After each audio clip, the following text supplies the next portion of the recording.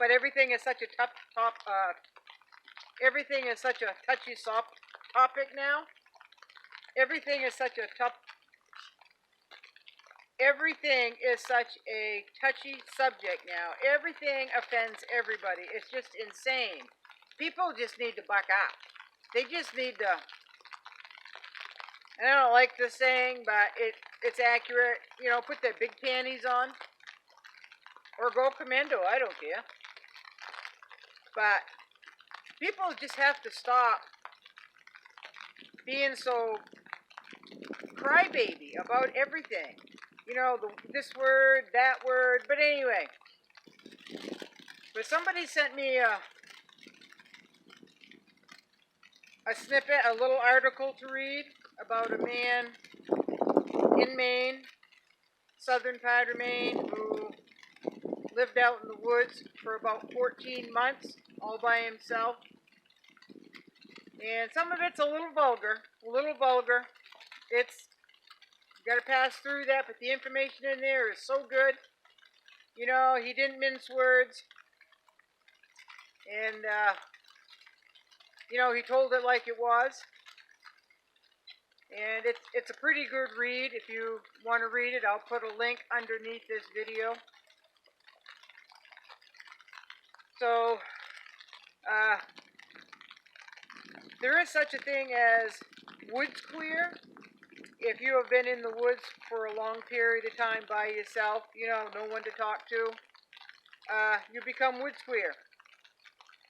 You know, you go a little bit crazy. You start talking to yourself. You start talking to the trees.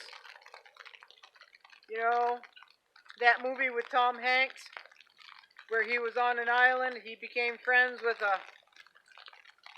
a soccer ball. You know, that's woods queer. You just start going a little crazy. So being out alone, you know, I live here. I have communication. You know, my family lives up the road. I may not see them every day, but I do have Facebook.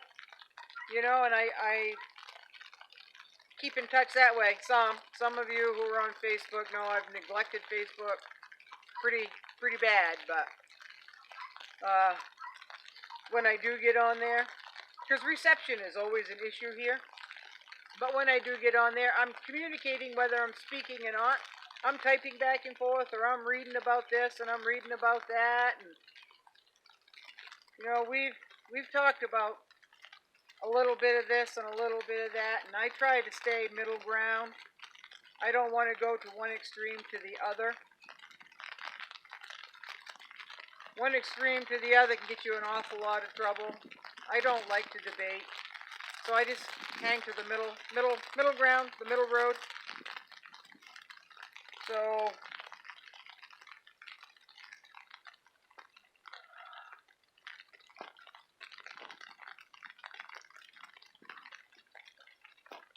my cousin Shay, who lives off-grid up on this road, there's only a handful of houses. We're all off-grid.